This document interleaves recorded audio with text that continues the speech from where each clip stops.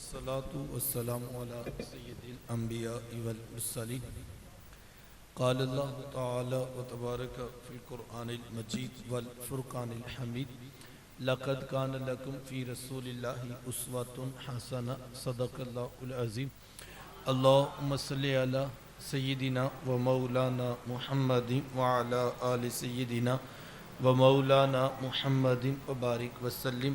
حمد و صلات کے بعد عزتوں کی مسند پر جلوہ فراز عالی مرتبت ذی وقار محترم محتشم علماء کرام اور واجب الاحترام ذوی الاحتشام برادران اسلام، السلام علیکم ورحمۃ اللہ وبرکاتہ۔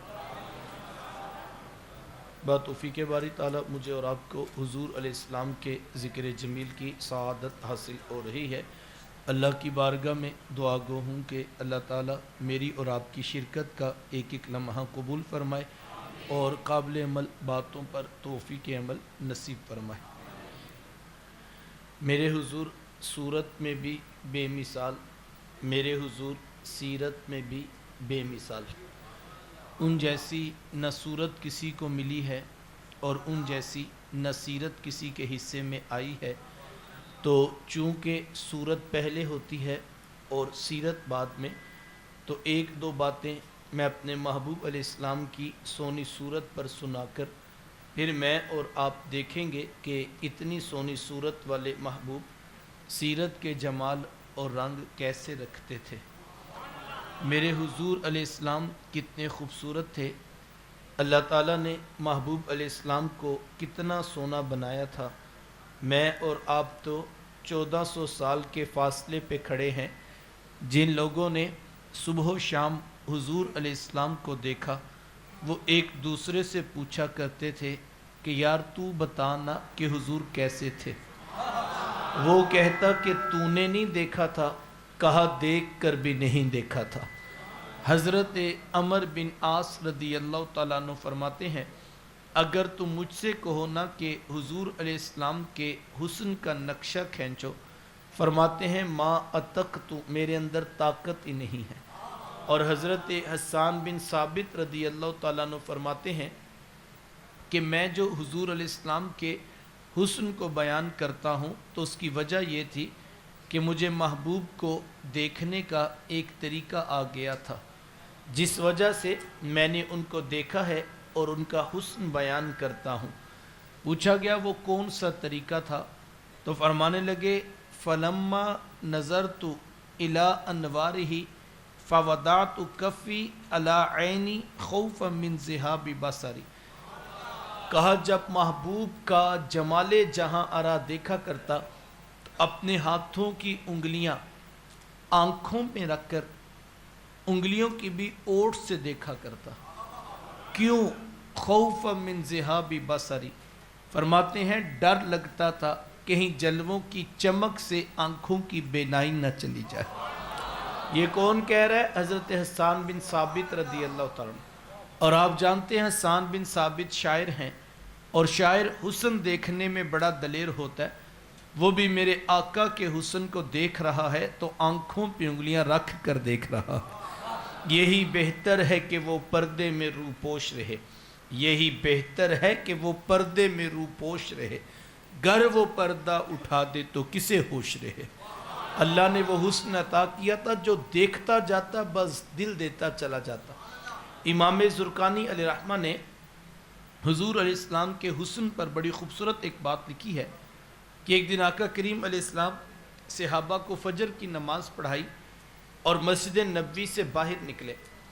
چلتے چلتے مدینہ المنورہ سے باہر ہو لیے تو ایک وادی کے قریب سے گزر ہوا جہاں ایک قافلے نے پڑاؤ کیا تھا۔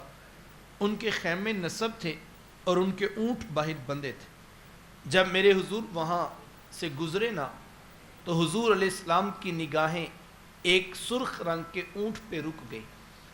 آقا کریم علیہ السلام کو وہ اونٹ پسند آ گیا۔ یار مقدر اس اونٹ کے جو آقا کو پسند آ گیا۔ دعا کیا کرو مالک ایسا بنا دے تجھے بھی پسند آ جائے، تیرے محبوب کو بھی پسند آ جائے۔ چونکہ زندگی تو وہی زندگی ہے نا جس میں محبوب بھی خوش ہو، محبوب کا خدا بھی خوش ہو۔ بھلا وہ بھی کوئی زندگی ہے جس میں محبوب خدا ہی ناراض ہوں؟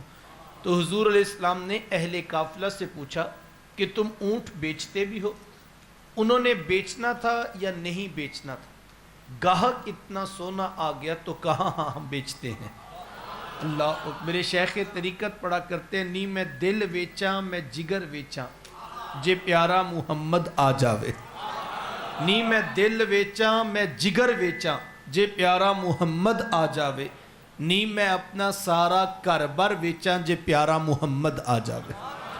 انہوں نے بیچنا تھا یا نہیں بیچنا تھا؟ حضور علیہ السلام نے پوچھا تو کہاں ہاں بیچنا ہے۔ کتنے کا بیچنا ہے؟ اتنے کا بیچنا ہے۔ قیمت طے ہوگی۔ تو حضور میں اونٹ خریدنے تو نہیں آیا تھا، میں تو یوں ہی گزر رہا تھا کہ تمہارا اونٹ پسند آ گیا، میں تمہیں جا کر اس کی قیمت بیچ دیتا ہوں۔ انہوں نے کہا ٹھیک ہے۔ آپ جانتے ہیں جب کسی کو نقد سودا دیا جائے تو بندہ اس کا آتا پتہ نہیں پوچھتا، لیکن جب کوئی چیز بندہ ادھار دیتا ہے یا تے پہلے سے جانتا ہوتا ہے، یا کوئی شے گروی رکھی جاتی ہے، یا کوئی شخص ضمانت ڈال دیتا ہے۔ اب حضور علیہ السلام سے پہلی ملاقات تھی، جانتے تھے کوئی نہیں، پتہ پوچھا کوئی نہیں، شے گروی رکھی کوئی نہیں۔ حضور بس اتنا کہا کہ میں تمہیں جا کر قیمت بیچ دیتا ہوں۔ انہوں نے کہا ٹھیک ہے۔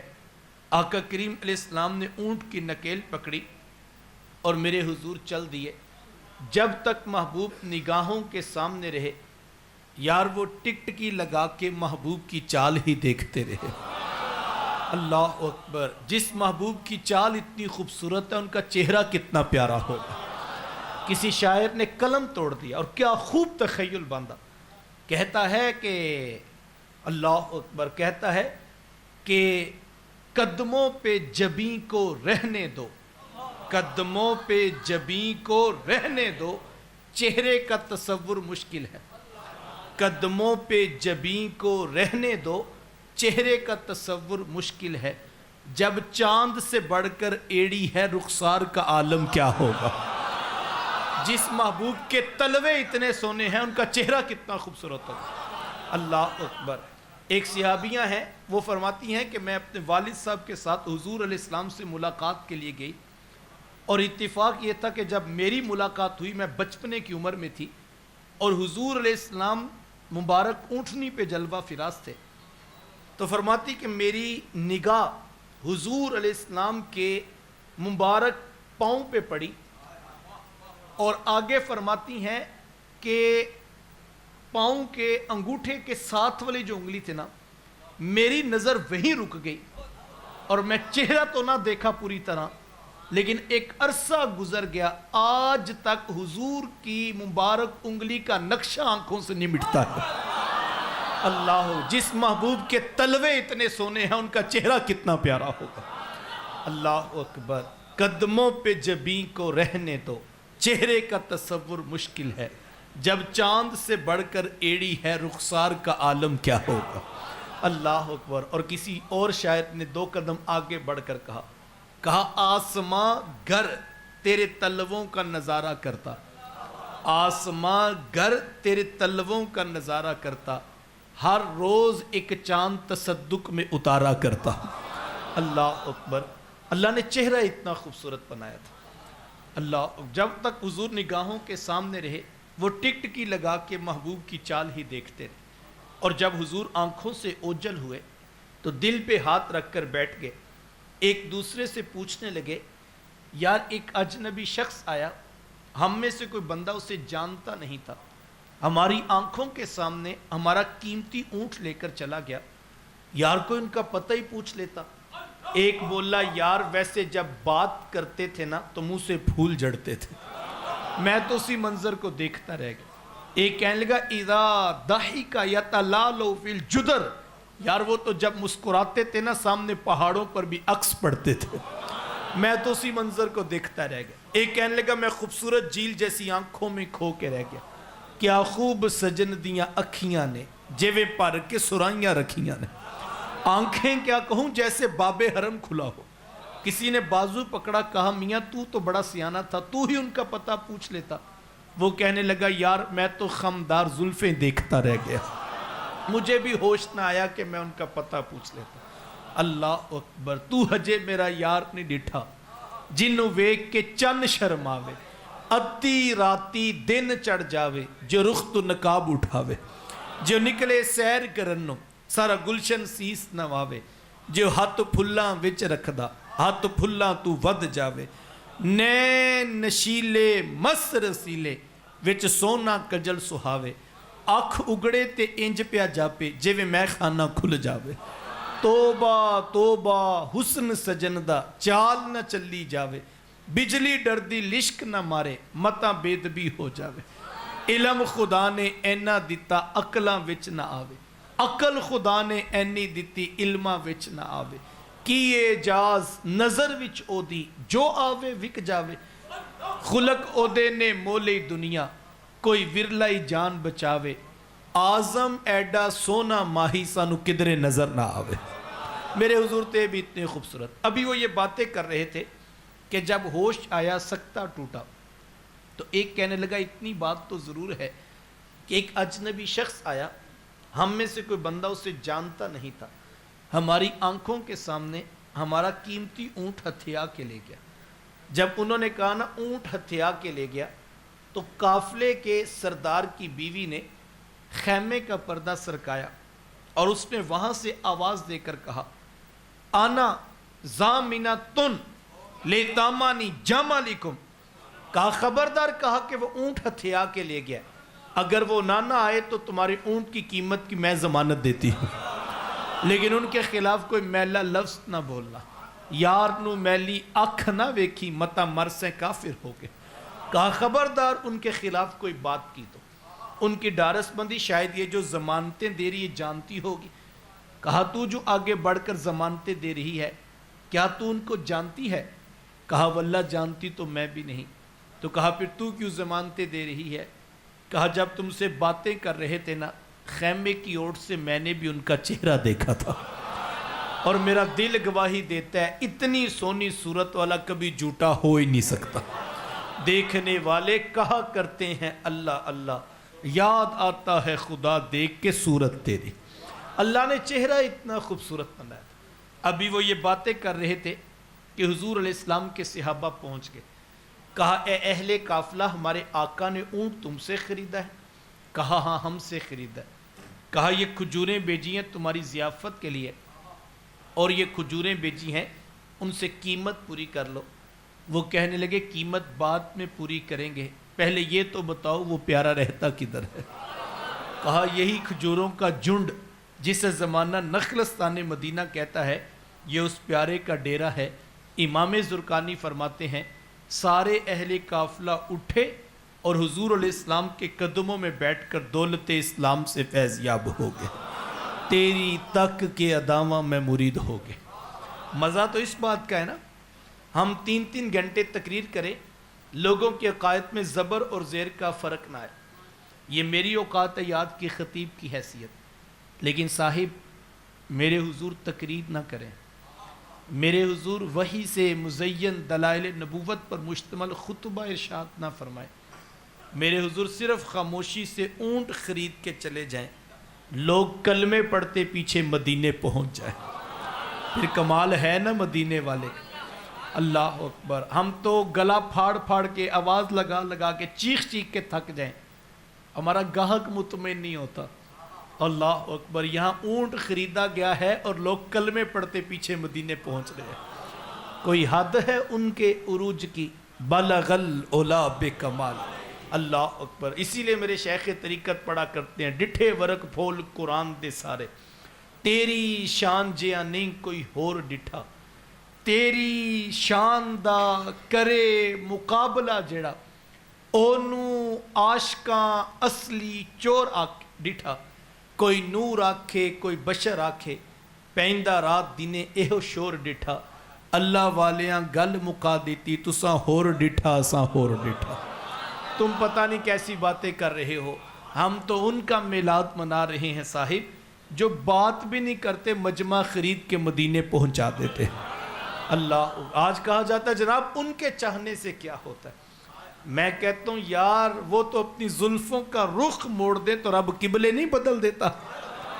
قبیلہ بنو سلمہ کی مسجد کی کہانی کون بھول سکتا ہے؟ 2 رکعتیں پڑھی تھی، ابھی 2 رکعتیں باقی تھی. اللہ اکبر. حالت جماعت میں دل اقدس میں یہ خیال آ گیا کتنا اچھا ہو اگر آج کعبۃ اللہ کو قبلہ مسلم بنا دیا جائے. بیت المقدس کی طرف رخ کر کے نمازیں پڑھی جا رہی, لیکن حالت نماز میں دل اقدس میں یہ خیال آیا کتنا اچھا ہو کہ اگر آج کعبۃ اللہ کو ہی قبلہ مسلم بنا دیا جائے.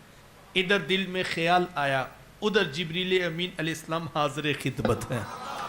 رب کا سندیسہ اور پیغام ہے, محبوب اگر قبلہ بدلنے کا پروگرام بن ہی گیا ہے تو پھر دیر کیوں کرتے ہو, ابھی رخ پھیر دیجئے. اللہ اکبر. مالک تیری نماز تو پوری ہو لے. کہا نہیں محبوب ہماری نماز بعد میں پوری ہوگی, پہلے تیری مرضی پوری ہوگی.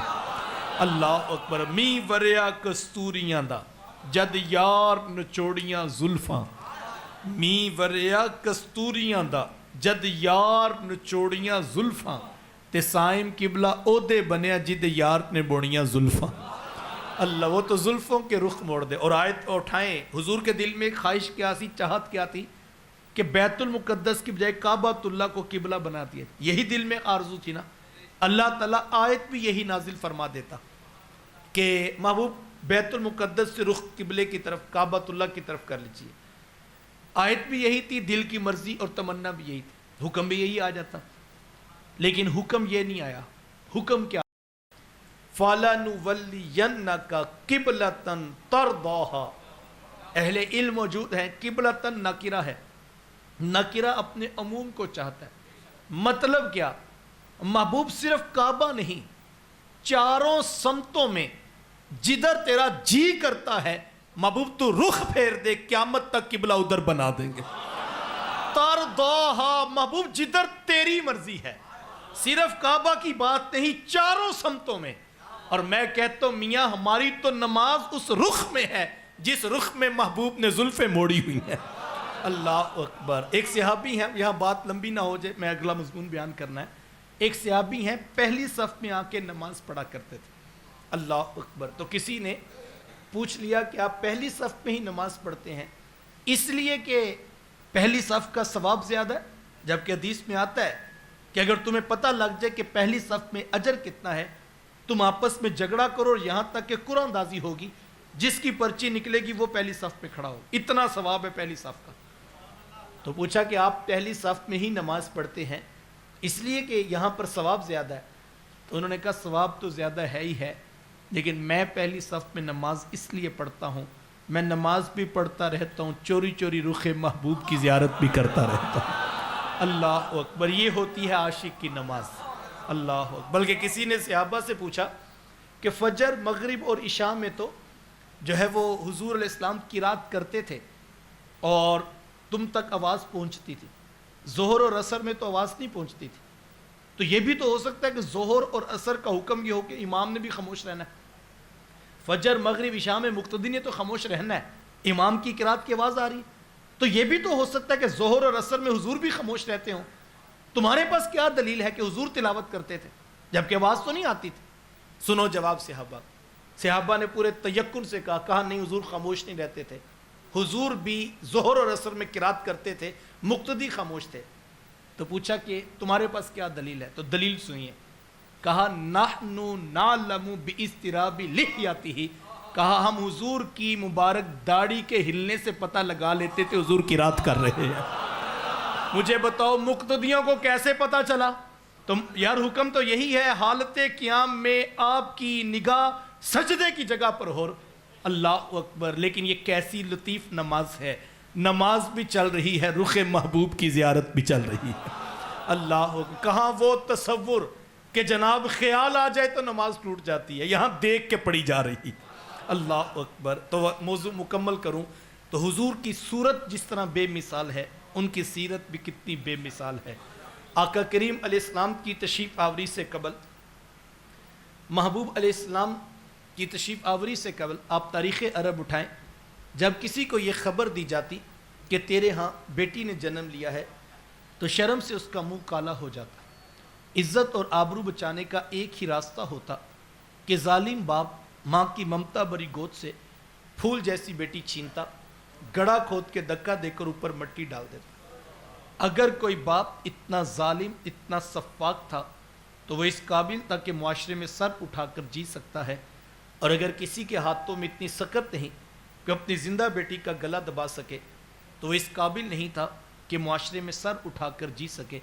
یہ عرب معاشرہ ہے جس کو قرآن مجید فرقان حمید نے بھی بیان کیا ہے۔ وہ عملاً بیٹیوں کو ذبح کیا کرتے اور بہنوں کو زندہ درگور کر دیا کرتے۔ جس دور میں بیٹی ذبح کی جا رہی تھی، جس دور میں بہن زندہ درگور کر دی جاتی، میرے حضور اس دور میں کلمہ حق بلند کیا، بیٹیوں کو ذبح کرنے والوں سن لو، فاطمہ تو بدعۃ منی، میری فاطمہ تو میرے جگر کا بھی ٹکڑا ہے۔ یہ کلمہ محبت بھی ہے، یہ کلمہ جہاد بھی ہے۔ دیکھیں آج میں یا آپ اپنی بیٹی یا بہن کے لیے کوئی پیار بری بات کہیں تو یہ بہت بڑی بات نہیں ہے۔ آج اس معاشرے میں بیٹی کی عزت ہے، آج اس معاشرے میں بہن کا وقار ہے۔ یوں ہی تو نہیں بوڑھا باپ اپنی جھکی ہوئی کمر پہ بوریاں لات لات کے مزدوری کر رہا ہے کہ میں نے اپنی بیٹی کو عزت کے ساتھ رخصت کرنا ہے۔ جوان سال بھائی فیکٹری میں اوور ٹائم لگا رہے ہیں کہ ہم نے بہنوں کو عزت کے ساتھ بیانا ہے۔ یار یہ باپ تو ذبح کرتا تھا، یہ بھائی تو زندہ درگور کر دیتا تھا، ان کے سینے میں اتنا کوٹ کوٹ کر پیار کس نے بھر دیا؟ جواب ایک ہی ملے گا، یہ فیض ہے آمینہ کے لال کا، یہ فیض ہے میلاد والے آقا کا، جنہوں نے کٹتی بیٹیوں کو عزت اور ذبح ہوتی ہوئی بہنوں کو زندگی کی بہاریں عطا فرمائی۔ آقا کریم علیہ السلام ایک دن گھر تشریف لائے تو ام المومنین حضرت سیدہ عائشہ صدیقہ رضی اللہ تعالی عنہ عرض کرتی ہیں کہ حضور آج بڑا عجیب واقعہ ہوا۔ حضور میں عائشہ آج کیا ہوا؟ عرض کی حضور ایک حبشیہ نیاد عورت آئی اور اس نے دروازے پر آ کر صدا لگائی۔ میں نے گھر میں تلاش کیا کہ کوئی چیز مل جائے تاکہ میں سائل کو صدقہ کر دوں۔ تلاش بسیار کے بعد مجھے صرف ایک کھجور ملی اور میں اس کو وہی صدقہ کر دیا۔ حضور اس نے اس کھجور کے بھی 2 ٹکڑے کیے، ایک دائیں جانب والی بیٹی کو کھلا دیا اور ایک بائیں جانب والی بیٹی کو کھلا دیا۔ حضور ماں خود بھی بھوکی تھی، اس کا اپنا پیٹ بھی کمر سے لگا ہوا تھا، لیکن اس نے خود کچھ نہیں کھایا اور سب کچھ اپنی بیٹیوں کو ہی کھلا دیا۔ یہ کہتے کہتے ام المومنین آپ دیدہ ہو گئی، آنکھوں میں آنسو آ گئے۔ تو حضور میں سنو عائشہ، اگر کل قیامت کے دن ان بچیوں کی ماں کو جہنم میں جانے کا حکم ہو گیا تو یہی بیٹیاں درمیان میں آڑ بن کے کھڑی ہو جائیں گی کہ مالک ہم تو اپنی ماں کو جہنم میں نہیں جانے دیں گی، اللہ ان بچیوں کی سفارش قبول کر کے ان کی ماں کو جنت عطا کرے گا۔ کہاں بیٹیاں باعث شرم و ننگوار سمجھی جاتی تھی، کہاں بیٹیاں ہی دخول جنت کا سبب قرار پائیں۔ خود فرمایا جس کو اللہ نے 2 بیٹیاں یا 2 بہنیں عطا کی، پھر اس نے ان کی پرورش کی، ان کی تربیت کی، یہاں تک کہ ان کا نکاح کر دیا اور پھر پیچھے سے بھی اس نے خیر خبر رکھی، تو میرے حضور فرماتے ہیں اتنا خوش قسمت شخص ہے کل قیامت کے دن میرے اتنے قریب ہوگا جتنی یہ 2 انگلیاں آپس میں قریب ہیں۔ یہ اعزاز یہ تکریم کس کو ملے گی؟ جس نے بیٹیوں سے وفا کی ہوگی۔ بہنیں کیا ہوتی ہیں یہ زمانے کو میرے حضور علیہ السلام نے آ کر بتلایا۔ آقا کریم علیہ السلام کی آپ جانتے ہیں نہ کوئی سگی بہن تھی اور نہ کوئی سگا بھائی۔ میرے حضور در یتیم ہیں، سینہ صدف میں اکیلے پرورش پانے والے موتی کو در یتیم کہا جاتا ہے۔ حضور بطن آمنہ میں اکیلے پرورش پائی ہے، لیکن جب رضاعت کا شرف عطا کرتے ہوئے میرے حضور حضرت حلیمہ سعدیہ سلام اللہ علیہ کے ہاں تشریف لے گئے تو آپ جانتے ہیں ان کی ایک بیٹی تھی جن کا نام شیمہ یا شیمہ بتایا جاتا ہے۔ وہ رشتے میں حضور علیہ السلام کی رضائی بہن لگتی تھی۔ قبیلہ بنو سعد کے رواج کے مطابق شام کو جب مائیں کھانا پکانے لگتی تو بہنیں اپنے بھائی گود میں اٹھا کر باہر کھلے میدان میں لے آتی۔ ہر بہن کی گود میں اس کا بھائی ہوتا اور وہ اپنے بھائی کے حسن کے قصیدے پڑھ رہی ہوتی۔ اگر کسی کے بھائی کا رنگ کالا ہوتا تو وہ کہتی رنگ کالا ہے تو کیا ہوا، میرے بھائی کے نقوش دیکھیے کتنے خوبصورت ہیں، اس کی اٹھی ہوئی ناک، اس کی جھیل جیسی خوبصورت آنکھیں تو دیکھو کتنی پیاری ہیں۔ تو وہ نقوش کو معیار حسن قرار دیتی۔ اور اگر کسی کے بھائی کا رنگ گورا چٹا ہوتا تو وہ کہتی رنگ نہیں تو کچھ نہیں، حسن تو ہوتے سارا رنگت میں ہے، میرے بھائی کا رنگ دیکھو کتنا گورا چٹا ہے۔ تو یہ بحث مباحثہ چل رہا ہوتا اور کوئی بہن بھی ہار ماننے کو تیار نہ ہوتی۔ اتنے میں ایک سمت سے حضرت شیمہ اپنا ویر محمد اٹھا لاتی اور کہتی ذرا میرے ویر کا مقابلہ بھی تو کرو نا۔ تو وہ کہتی نہیں نہیں شیمہ، تیرے ویر کا مقابلہ تو نہیں نا، تیرا تو ساروں کا ہی سردار لگتا ہے۔ کتب میں آتا حضرت شیمہ کا سر فخر سے بلند ہو جاتا اور وہ حضور علیہ السلام کو سینے سے چمٹا لیتی اور دعا دیتی، ربنا اب کلنا محمدہ، انشاءاللہ میرے ویر محمد کو نظر نہ لگے۔ آج میں دیکھ رہی ہوں بچوں کا سردار ہے، کل اپنی آنکھوں سے دیکھو جوانوں کا بھی سردار بنے۔ زندگی کے لیل و نہار گزرتے گئے، حضرت شیمہ کی شادی ہوگی۔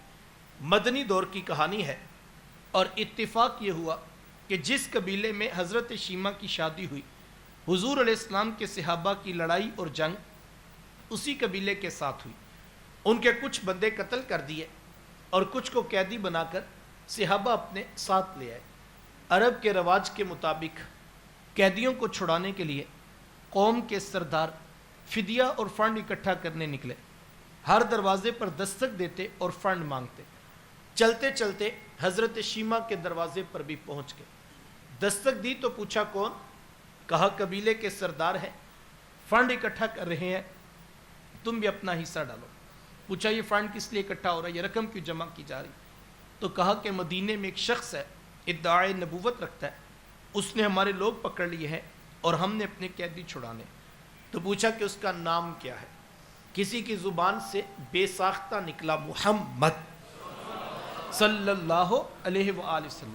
ایک عرصے کے بعد حضور علیہ السلام کا نام سنا تو آنکھوں میں آنسو آ گئے۔ کہا انہوں نے تمہارے بندے پکڑے ہیں؟ کہا ہاں انہوں نے ہمارے لوگ پکڑے ہیں۔ کہا پھر فنڈ اکٹھا کرنا چھوڑو، صرف مجھے ساتھ لے چلو۔ کہا تم کیا کرو گی؟ کہا تمہارے قیدی چھڑا کے لاؤں گی۔ کہا تم ان کو جانتی ہو؟ کہا ہاں ہاں، تمہیں نہیں پتا، وہ میرے بچپن کے ویر اور بھائی لگتے ہیں، میں تمہارے قیدی چھڑا کے دکھاؤں گا۔ حضرت شیمہ قبیلے کے سرداروں کو ساتھ لیا اور حضور علیہ السلام کے خیمہ نوری کی طرف سفر شروع کیا۔ یہ وہ وقت تھا جب ادب کی آیات نازل ہو چکی تھی، خبردار میرے رسول کی آواز سے آواز بھی اونچی نہ کرنا ورنہ زندگی کی ساری کمائی غارت کر کے رکھ دو۔ صحابہ ننگی تلواروں سے در حبیب پہ پہرا دے رہے تھے۔ حضرت شیمہ اس خیال سے میں تو اپنے بھائی کو ملنے جا رہی ہوں، جب آگے بڑھنا چاہا تو پہرے داروں نے تلواریں سونت دی۔ رک جا دیہاتی عورت، جانتی نہیں آگے کوچہ رسول ہے، آگے تو بغیر اجازت کے جبریل نہیں جا سکتے، تو کون ہے؟ روایت میں آتا ہے جب راستہ روک دیا گیا، تلواریں سونت دی گئیں تو حضرت شیمہ نے یوں ہاتھ سے تلوار کو جھٹک کے کہا خلو سبیلی وعلموا انا اخت نبیکم، کہا میری راہیں چھوڑ دو، جانتے نہیں میں تمہارے نبی کی ہی باجی اور بہن لگتی ہوں۔ یہ آواز کانوں میں پڑی، صحابہ کی آنکھوں پر پلکوں کی چلمنے آ گئیں، نگاہیں نیچی کر لی، تلواریں پیچھے ہٹا لی۔ حضرت شیمہ پورے پروٹوکول سے حضور علیہ السلام کے خیمہ نوری میں داخل ہوئیں۔ میرے حضور جب دور سے بہن کو آتے دیکھا، حضور اٹھ کر استقبال کیا، مرحبا خوش آمدید پیش کرتے ہوئے فرمایا میری بہن آج کدھر کو آنا ہوا؟ عرض کی حضور آپ کے بندوں نے ہمارے کچھ لوگ پکڑ لیے ہیں، میں ان قیدیوں کو چھڑانے کے لیے آئی ہوں۔ سنو بھائیو، اللہ کے رسول نے کیا ارشاد فرمایا؟ حضور میں میری بہن تو نے آنے کی زحمت کیوں گوارا کی؟ تو گھر بیٹھے بھی پیغام بھیج دیتی، میں محمد تیرے کہنے پہ ہی ساروں کو چھوڑ دیتا۔ زمانے کو عملاً بتایا دروازے پر بہن کا آنا کتنا معتبر ہے۔ پھر چند جوڑے، کچھ گھوڑے، بہت سارا ساز و سامان، اور میرے حضور خود بہن کو چھوڑنے کے لیے دروازے تک تشریف لے آئے۔ صحابہ نگاہیں نیچی کیے، محبوب علیہ السلام کے ادب میں کھڑے تھے کہ حضور میں صحابہ میں جب بھی قیدی چھوڑا کرتا ہوں پہلے تم سے مشاورت کیا کرتا ہوں، آج پہلا موقع ہے، میں قیدی بھی چھوڑ رہا ہوں اور میں نے مشورہ بھی نہیں کیا ہے۔ عرض کی اے بندہ نواز، آپ مالک کل کائنات ہیں، آپ جو چاہیں کریں، ہم کون ہوتے ہیں بھلا درمیان میں مشورہ دینے والے؟ لیکن حضور جی اتنا تو بتائیے آج کون سی خاص بات تھی کہ آپ نے مشورہ بھی ضروری نہیں سمجھا؟ حضور فرمایا کہ صحابہ آج میرے دروازے پر میری بہن آ گئی تھی۔ زمانے کو عملاً بہن کا رشتہ میرے محبوب علیہ السلام کی دہلیز سے ملا ہے۔ توجہ چاہوں گا، وقت سمٹ رہا ہے۔ جس دور میں بیٹی ذبح کی جا رہی تھی، جس دور میں بہن زندہ درگور کر دی جاتی، جب ماں جیسا رشتہ بھی منڈیوں اور بازاروں میں بک جاتا تھا، اس دور میں بیوی کی کیا حیثیت ہوگی؟ جبکہ آج کے اس تہذیب یافتہ دور میں بھی کچھ لوگ بیوی کو پاؤں کا جوتا خیال کرتے ہیں۔ یہ زمانہ جاہلیت کی بات ہے۔ آقا کریم علیہ السلام نے ازواج مطہرات کے ساتھ جو حسن سلوک کی داستانیں رقم کی ہیں، زمانہ ان کی مثال نہیں لا سکتا۔ کسی کو میرے حضور حمیرہ کہہ کے پکارتے ہیں، کسی کے لیے بکری کا بچہ ذبح کرتے ہیں اور گوشت کے مختلف ٹکڑے ان کی سہیلیوں کے ہاں بیچتے ہیں۔ حضور کثرت کے ساتھ حضرت خدیجہ الکبریٰ رضی اللہ تعالیٰ عنہا کا ذکر کیا کرتے۔ حضرت سیدہ عائشہ صدیقہ رضی اللہ تعالیٰ عنہ فرماتی ہیں کہ میرا جو ان سے رشتہ تھا ایک دن زبان سے بے ساختہ نکل گیا کہ حضور اللہ نے بہتر ازواج عطا کر دی ہیں اور آپ ابھی تک اس بوڑھی عورت کو نہیں بھولے۔ فرماتی پھر حضور کے چہرے پر جلال آ گیا اور حضور میں اے عائشہ مجھے خدیجہ کے بارے تکلیف نہ دو، جب پورے مکے نے میرا انکار کیا تھا ایک خدیجہ تھی جس نے میرا اقرار کیا تھا۔ کہا میں انہیں کیسے بلا سکتا ہوں جب زمانہ میری مخالفت کر رہا تھا، خدیجہ اس وقت بھی میرے سے محبت کی دعوے دار تھی۔ فرماتی پھر میں نے ہمیشہ محبتوں کا ہی اظہار کیا اور یہی حضرت خدیجہ الکبریٰ رضی اللہ تعالی عنہا ہیں۔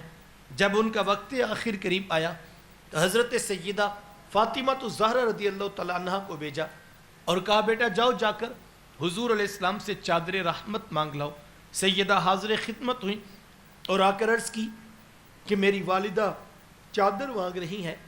آقا کریم علیہ السلام نے چادر بھی اتار کر پیش کر دی اور ساتھ فرمایا بیٹا اپنی والدہ سے پوچھو یہ چادر کیا کرنی ہے۔ یہ کہتے کہتے میرے حضور ساتھ تشریف لے آئے اور حضور میں کہ خدیجہ آپ نے چادر کیا کرنی ہے؟ عرض کی حضور مجھے جو بخار ہے لگتا یوں ہے کہ جان لیوا ثابت ہوگا، میری آرزو یہ ہے کہ مجھے کفن ملے تو آپ کی چادر رحمت میں ملے۔ یہ حضور علیہ السلام کی سیرت کا کتنا بڑا حوالہ ہے کہ بیوی آرزو کر رہی ہیں اگر مجھے شوہر کی چادر میں کفن مل جائے تو یہ رب کے حضور میری بخشش کی ضمانت ہوگی۔ حضور علیہ السلام نے چادر بھی اتار کر پیش کر دی اور ساتھ تاریخ ساز جملہ ارشاد فرمایا خدیجہ آپ نے تو صرف چادر مانگی ہے، لو اردتی جلدی لآتیتکی، اگر آپ مجھ محمد کی جلد بھی مانگ لیتی میں وہ بھی اتار کے پیش کر دیتا۔ زمانے کو رشتوں کا تقدس میرے حضور علیہ السلام کی دہلیز سے ملا ہے۔ توجہ چاہوں گا، جس زمانے سے رسالت مآب صلی اللہ علیہ وآلہ وسلم نے رشتوں کا تقدس سکھایا وہ یہ خوبصورت زمان ہے۔ صاحبو یہ وہ محبتوں کا دین ہے، یہ وہ الفتوں کا پیغام ہے، یہ وہ جوڑنے والی تعلیمات ہیں جو لے کر میرے حضور اس کائنات میں جلوہ فراز ہوئے۔ ہم نے حضور علیہ السلام کی آمد کی خوشی میں کمکمے روشن کیے، ہم نے چراغا بھی کیا، ہم نے راہوں میں پھول کلیاں پتیاں بھی بچھائیں، ہم مٹھائیاں بھی بانٹ رہے ہیں اور ہم دیگیں بھی پکا کر تقسیم کر رہے ہیں۔ یہ سب کام باعث برکت ہیں، میں ان کی نفی نہیں کرتا۔ کوئی نادان ہی ہوگا بیچارہ جو اس عنوان پر الجھ پڑے یا کوئی فتویٰ امت پر لگا دے۔ میں تو صرف ایک سادہ سی بات کہتا ہوں اور اگر سمجھ آ جائے تو اتنی بات بھی کافی ہے۔ یار اگر حضور علیہ السلام کی آمد کی خوشی بھی نہیں منانی تو پھر کائنات میں خوشی بچتی کون سی ہے؟ خوشی ہوتی کیا ہے؟ خوشی کہتے کسے ہیں؟ اس کائنات کی سب سے بڑی خوشی یہ ہے کہ اللہ نے ہم جیسوں کو سونے محمد عطا کر دیے۔ لوگ کہتے ہیں جناب لکھا کہاں ہے؟ میں کہتا ہوں صاحب لکھے کی کمی نہیں، لیکن ذرا ایک لمحے کے لیے پیچھے پلٹ کر تو دیکھو، جب تک وہ دھرتی پہ جلوہ فراز نہیں ہوئے تھے انسان کے پلے تھا کیا؟ یہ ذرا غور تو کرے یہ تھا کیا؟ آج سینہ تان کے گلا پھاڑ کے پوچھنے والا کہ لکھا کہاں ہے؟ صاحب ذرا پیچھے پلٹ کر تو دیکھ انسان کے پلے تھا کیا؟ یہ تو پیدا ہوتے بیٹی کا گلا گھونٹ دیتا تھا، یہ تو بھائی ہو کے بہن کو ذبح کر دیتا تھا۔ اللہ اکبر، یار جانور بھی اپنے بچوں سے پیار کرتے ہیں، یہ انسان نما جانور اتنا گر چکا تھا کہ اپنی بیٹی کو ذبح کر کے گڑھا کھود کے دفن کراتا تھا۔ یہ تو کرم ہو گیا صاحب کہ دھرتی پہ سونے محمد کے مبارک قدم آئے، اور انہوں نے آ کے بتایا کہ میاں یہ بیٹیاں ذبح کرنے کے لیے نہیں، یہ عزت کی مسند پہ بٹھانے کے لیے۔ تو یہ تو کرم ہوا ان کا، خدا شناسی تو بڑے دور کی بات ہے، انسان خود شناس بھی نہیں تھا۔ اس کی حالت تو اتنی دردناک تھی کہ اپنے ہاتھوں سے مٹی کا بت بنا کے اس کو اپنا خدا سمجھ بیٹھتا تھا۔ یہ انسان کبھی کیچواؤں کی، کبھی سانپ کی اس نے پرستش کی ہے، کسی کو کبھی اللہ اکبر، کبھی یہ چاند کو، کبھی سورج کو، کبھی ستاروں کو اپنا خدا سمجھے بیٹھا تھا۔ اللہ اکبر، یہ تو کرم ہوا، میرے حضور کائنات میں جلوہ فراز ہوئے، اور انہوں نے آ کے بتایا تو چاند کی پرستش کرتا ہے، دیکھ ہماری انگلی کا اشارہ ہوتا ہے، چاند بھی ٹکڑے ہو کے گرتا ہے کہ نہیں گرتا؟ اللہ، سورج پلٹ کے اثر کے وقت پہ آتا ہے کہ نہیں آتا؟ او سڑیاں کھجوراں اگا جاندائے، او پتھراں تی کلمے پڑھا جاندائے، قطرے کو سمندر ذرے کو ستارہ کرتے ہیں، کونین کو خم آ جاتا ہے جب زلف سنوارا کرتے ہیں۔ تو یہ مسئلہ، یہ محبتوں کا عنوان ہے، یہ کمکمے، یہ روشنیاں، یہ چراغ، یہ پھول، یہ کلیاں، یہ مٹھائیاں، یہ سب باعث برکت، میں ان کی انکاری نہیں کرتا، لیکن میں جس طرف توجہ چاہتا ہوں یہ سب کچھ باعث برکت ہے، میں انکار نہیں کرتا، لیکن میں اتنا ضرور کہتا ہوں جوانوں، یاد رکھنا یہ سب کچھ باعث برکت ہونے کے باوجود بھی یہ سب کچھ آغاز سفر ہے، یہ منزل نہیں ہے۔ منزل میرے حضور کی ذات ہے، منزل میرے محبوب کا پیغام ہے، منزل ان کی سیرت، منزل ان کا اسوہ نور ہے۔ تو کتنا نادان ہوگا نا وہ بیچارہ جو آغاز کی جھنڈیوں پہ ہی الجھ پڑا اور ساری زندگی اسی پہ فتوے لگاتے گزر گئے۔ کاش کہ وہ ایک قدم بڑھ کے آگے دیکھتا تو صحیح یہ جھنڈیاں لگی کیوں ہیں۔ آپ گلی سے گزر رہے تھے تو ہمسایوں کے گھر میں چراغا تھا، لائٹنگ تھی، روشنی تھی، تو آپ نے کہا جناب بجلی اتنی مہنگی ہے، بل دیکھیے کتنے آ رہے ہیں، یہ آپ نے اتنی لائٹیں جلا دی؟ تو اس نے مسکرا کے کہا بس کل بیٹے کی بارات ہے۔ تو آپ نے کہا اچھا اچھا ٹھیک ہے، اللہ مبارک فرمائے، بڑی خوشی کی بات ہے یہ تو۔ آپ کا انداز بدل گیا نا، پہلے آپ کو اچھا نہیں لگا، لیکن جب سمجھ آیا کہ بیٹے کی بارات ہے تو آپ کو سمجھ آ گیا خوشی کا موقع، روز روز تھوڑی کچھ جلاتا لائٹیں، خوشی کا موقع ہے۔ تو آپ نے دعا دی جناب اللہ خیر فرمائے، اللہ برکت عطا کرے، اللہ خیریت سے سارے معاملات مکمل کرے۔ میں کہتا ہوں ساری زندگی فتوے لگاتے گزر گئی، کبھی جھنڈیوں پہ، کبھی چراغوں پہ، کبھی کمکموں پہ، ایک لمحہ آگے بڑھ کے دیکھ ہی لیتے کہ مقصد کیا ہے۔ مقصد تو حضور کا ذکر ہے، مقصد تو ان کے پیغام اور ان کی سیرت کو سکھانا ہے اولاد کو۔ خیال تھا یار عام ذکر تو عام ہوتے ہیں، کبھی ڈرائنگ روم میں بیٹھے کر لیا، کبھی ڈائننگ ٹیبل پہ بیٹھے کر لیا، لیکن جب حضور کا ذکر تھا، نبیوں کے امام کا، سردار کا ذکر تھا، تو بچوں کے دل میں پیار پیدا کرنا تھا۔ ربیع الاول شریف کا موسم بھی آ گیا تو کہا ذرا صفائی بھی کر لو، کمکمے بھی روشن کرو، چراغا بھی کرو، مہکتی کلیاں بھی لے آؤ، خوبصورت سے کوئی پھول بھی رکھو، تو اور لائٹنگ بھی کر لو، اگر بتیاں بھی سلگھا لو۔ تو کوئی پوچھے گا نا بیٹا کہ ابا جی آج خیر تو ہے، تو پھر یہ سوال تو شروع ہوگا، تو پھر اس کو بتائے گی ماں بیٹا خوشی ہے آمینہ کے لال کے تشریف لانے کی۔ تو کاش ایک قدم آگے بڑھ کے دیکھتے تو صحیح، مقصود تو حضور کی ذات ہے، لیکن کوئی آغاز کی جھنڈیوں پہ اتنا الجھ گیا، ساری زندگی فتوے لگاتے گزر گئی۔ اچھا وہ نادان ٹھہرا جو آغاز کی جھنڈیوں پہ الجھ گیا، جبکہ تھوڑا سا غور کرتا تو بات تو یہ بھی سوچنے والی تھی کہ یار جس سفر کا آغاز اتنا خوبصورت ہے اس کی منزل کتنی پیاری ہوگی۔ تو کاش یہ سوچا جاتا، لیکن ساری زندگی فتوے لگاتے میں گزر گئی، اور کتنا نادان ہوگا وہ بیچارہ جو آغاز کی جھنڈیوں سے الجھا، آگے دیکھا ہی نہیں کہ تھا کیا۔ اچھا اگر وہ نادان ٹھہرا تو یار وہ بھی تو کوئی عقل مند نہیں ہوگا جو ساری رات جھنڈیاں ٹانگتا رہا، کمکمے روشن کرتا رہا، چراغوں میں تیل ڈالتا رہا، مٹھائی کے لنگر کے ڈبے تیار کرتا رہا، لیکن جب صبح فجر کی اذان ہو رہی تھی آنکھ اس کی بھی لگی ہوئی تھی، وہ بھی اٹھ کے مسجد آنے کے لیے تیار نہیں تھا، وہ جھنڈیوں میں اتنا کھو گیا کہ اس کو نماز بھی یاد نہ رہی، کوئی الجھ گیا اور فتویٰ لگاتے زندگی گزر گئی، اس نے سفر کا آغاز ہی نہیں کیا، اور کوئی جھنڈیوں میں اتنا کھو گیا کہ اس کو منزل کا رستہ ہی یاد نہ رہا۔ تو جوانوں یاد رکھنا، منزلیں نہ الجھنے سے ملتی ہیں نہ کھو جانے سے ملتی ہیں، منزلیں تو دم دم یار کے ذکر سے ملتی ہیں، منزلیں تو سیرت کو اپنانے سے ملیں گی، منزلیں تو ان کی یاد کے تذکرہ ہائے نور سے ملیں گی تو منزل کا سفر کیجئے گا. اللہ اکبر. منزل کی طرف بڑھنا ہے, نہ ہم نے الجھنا ہے نہ ہم نے کھو جانا ہے. ہم نے تو دم دم یار کے ذکر کے ساتھ رہنا ہے اور ہم نے اپنی منزل کی طرف بڑھنا ہے. ہم چھوٹے لوگ, ہماری باتیں لمبی ہو جاتی ہیں. میں ساری بات کو 2 جملوں میں کہوں تو میرے شیخ طریقت منزل میلاد والوں کی بیان کیا کرتے ہیں. آپ فرماتے بیٹا یہ نہ ہو کہ لوگ تم سے پوچھیں کہ تم کون ہوتے ہو اور تم پاسپورٹ سے مذہب کا خانہ دکھاؤ. یہ دیکھیے اسلام لکھا ہے ہم مسلمان ہوتے ہیں. کہا نہیں بیٹا, نہ کسی کو پوچھنا پڑے نہ کسی کو بتانا پڑے. تم دور سے آ رہے ہو, تمہاری وضاقتہ, شکل و صورت, چال ڈال, انداز معاشرت, طرز زندگی اتنا خوبصورت ہو, تمہاری آنکھیں جھکی ہوں, لہجے میں مٹھاس ہو, دل پاک ہو. اللہ اکبر. اور تم دور سے آ رہے ہو, لوگ مسکرا کے کہیں وہ دیکھیے میلاد والے آقا کا امتی آ رہا ہے. منزل تو یہ تھی, میلاد کا مقصود تو یہ تھا. یار ہمیں ہر بار نعرہ لگا کے کیوں یقین کروانا پڑتا ہے کہ ہم حضور کے عاشق ہیں؟ مزہ تو یہ کوئی ہمارے ساتھ کاروبار کرے, کوئی تجارت کرے, کوئی دوستی کرے, کوئی رشتہ داری کرے تو وہ مطمئن ہو جائے میرے ساتھ دھوکہ نہیں ہوگا. تو کوئی کہے گا نا جناب بیٹی دے رہے ہیں ذرا تحقیق کر لیجئے.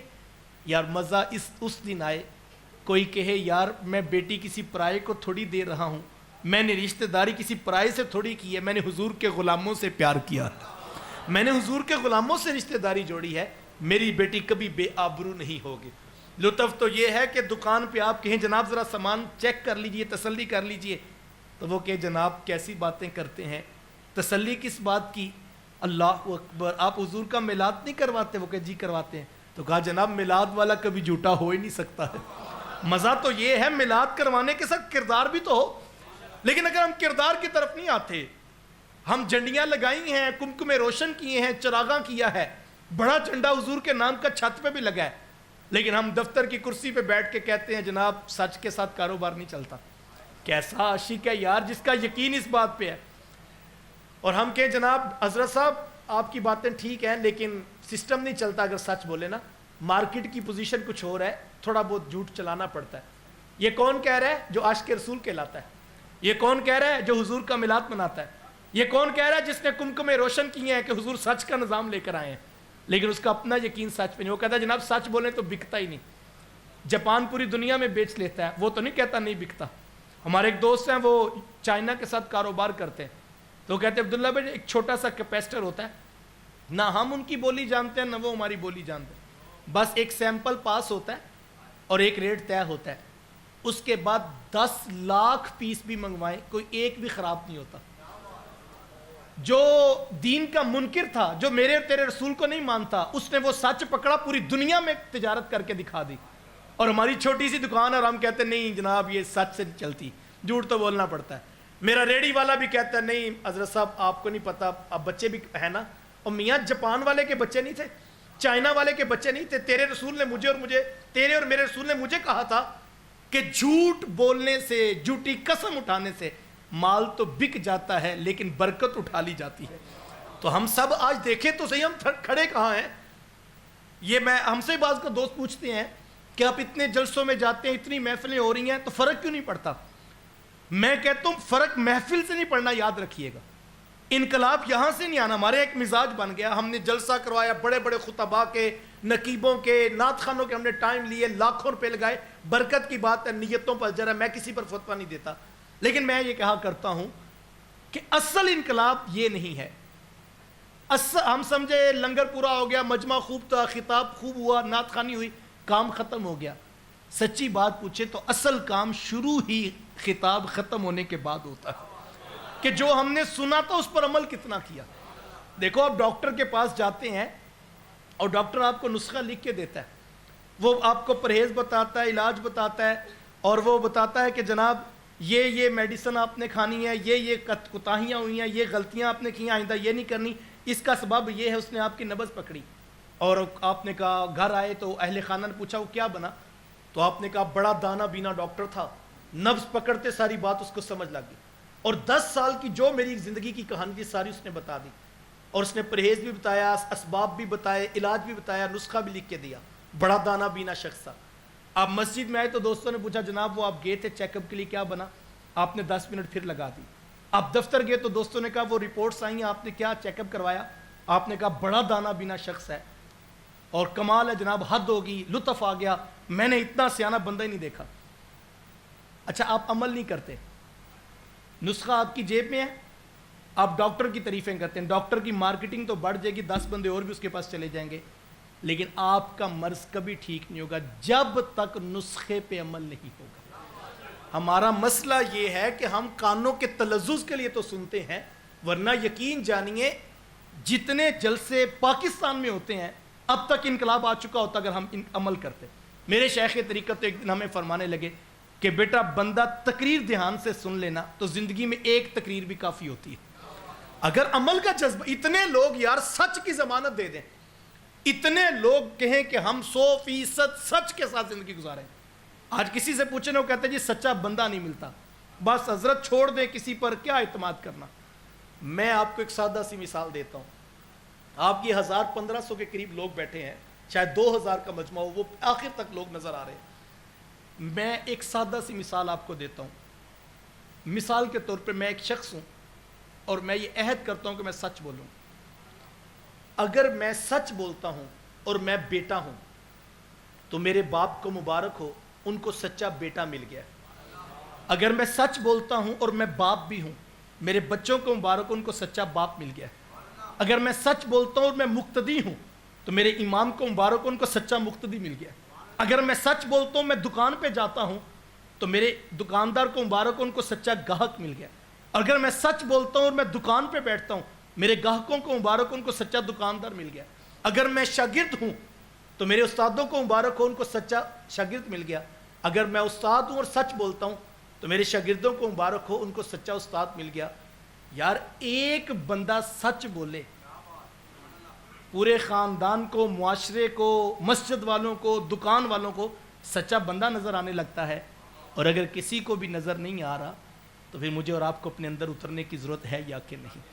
تو مجھے اور آپ کو اپنا محاسبہ، یا آپ 1500 لوگ ہیں، میں کہتا ہوں میں کسی انقلاب کا دعویٰ نہیں کرتا، آپ 1500 لوگ ہیں، اگر صرف کل کا دن 24 گھنٹے سچ کی ضمانت دے دیں، ہم کل کا دن 100% سچ کے ساتھ گزاریں گے۔ اور اگر ایک دن میں ایک بندے سے صرف 10 لوگ سلام لیتے ہیں، ملاقات کرتے ہیں، اور ایک نارمل ایوریج بتا رہا ہوں، 10 بندے اگر ایک بندے سے ملتے ہیں، کل آپ کے اس شہر جنڈ کے اندر 15,000 لوگ 15,000 گھروں میں بیٹھ کر دعوے سے کہہ سکتے ہیں آج ہم نے اپنی آنکھوں سے سچے دیکھے بھی ہیں، سچوں سے سلام بھی لیا۔ اگر 1500 بندہ سچ بولے کل کے دن میں، اور اگر 10 بندے اس سے ملاقات کرتے ہیں ایک بندے سے، 15,000 بندوں کو سچا بندہ نظر آ جاتا ہے۔ لیکن اگر کسی کو بھی دکھائی نہیں دے رہا تو اس کا مطلب ہم سب ایک جگہ پہ کھڑے ہیں۔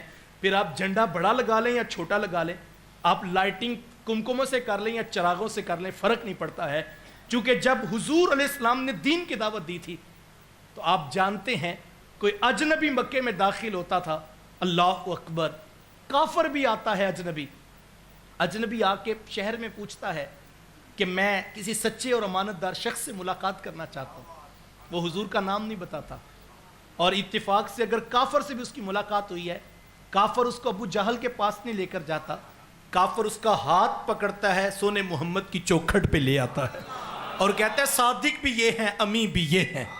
اللہ، سچ کا پیکر ایک تھا۔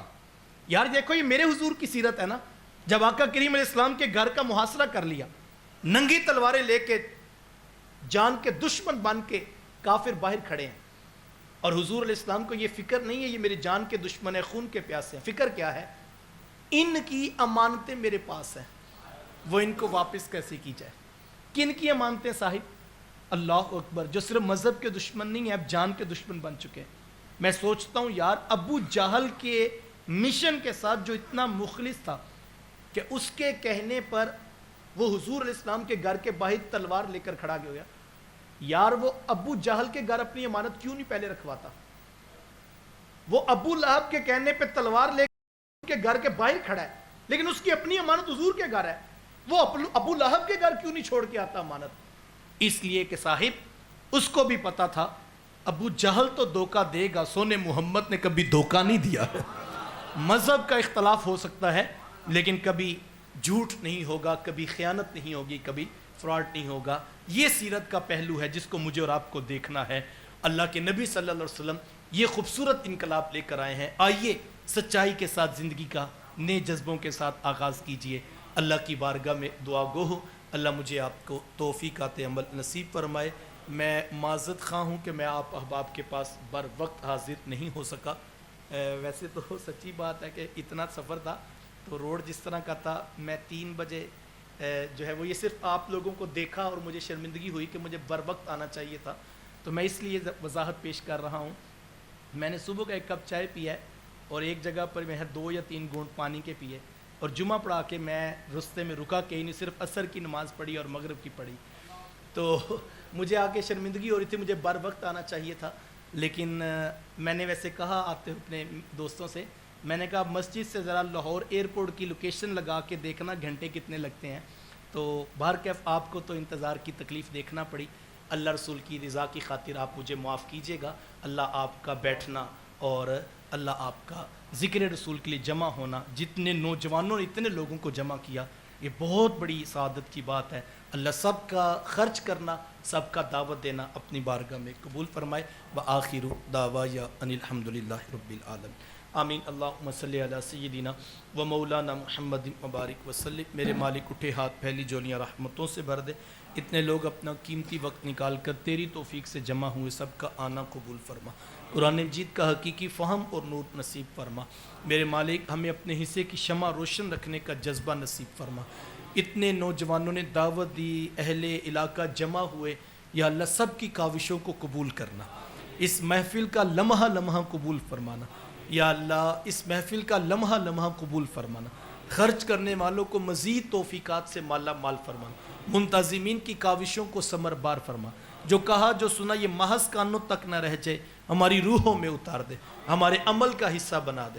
یا اللہ علماء کرام نے پہنچ کر حوصلہ افزائی فرمائی، قیمتی وقت رکھتے ہیں، اس کے باوجود شفقتوں کا ہاتھ ان نوجوانوں کے سروں پہ رکھا، سب کی کاوشوں کو قبول فرمانا۔ حضور کی ولادت باسعادت کا صدقہ پاکستان کے اندر خیر اور بلائی نصیب فرما، ملک کو امن کی برکھا نصیب فرما، معیشت کا جمال رحمت نصیب فرما، ہمیں سچائی اور دیانتداری امانت داری کی زندگی نصیب فرما۔ صلی اللہ تعالی علی حبیبہ محمد وآلہ واصحابہ اجمعین۔